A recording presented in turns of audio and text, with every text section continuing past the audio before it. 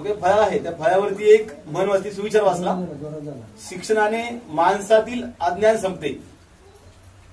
अध्यक्ष साहेब बरोबर आहे, शिक्षणाने माणसातील अज्ञान संपते. परंतु आता जे काही तालुक्यामध्ये चालू राजकीय घडामोडी आहेत त्यात जर आपण पाहिलं असेल तर आपल्या आदिवासी समाजाच्या मुली इतर समाजाने काहीतरी आमिष दाखवून फसवून फूस लावून करून नेल्या.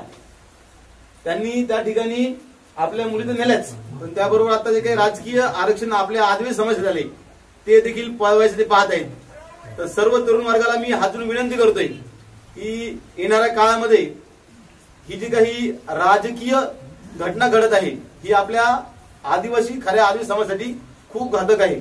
या चुकीच्या गोष्टीच्या विरोधी आपण ज्यावेळेस आंदोलन उभं राहणार आहोत, सगळ्यांना हात जोडून विनंती आहे की ज्यावेळेस आपल्याला आदिवासी समाजाच्या वतीने आवाज दिला जाईल त्यावेळेस कृपया आपण सर्वांनी सर्व ताकदीने या.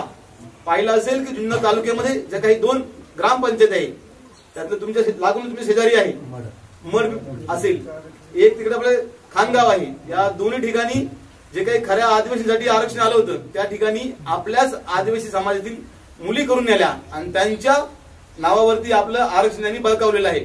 या जर घटना घडत असतील तर ही आपल्या भविष्यासाठी खूप धोकादायक घटना आहे. मी सर्वांना परत एकदा विनंती करतोय की कृपया या गोष्टीच्या विरोधी आपण आवाज उठवणं गरजेचं आहे.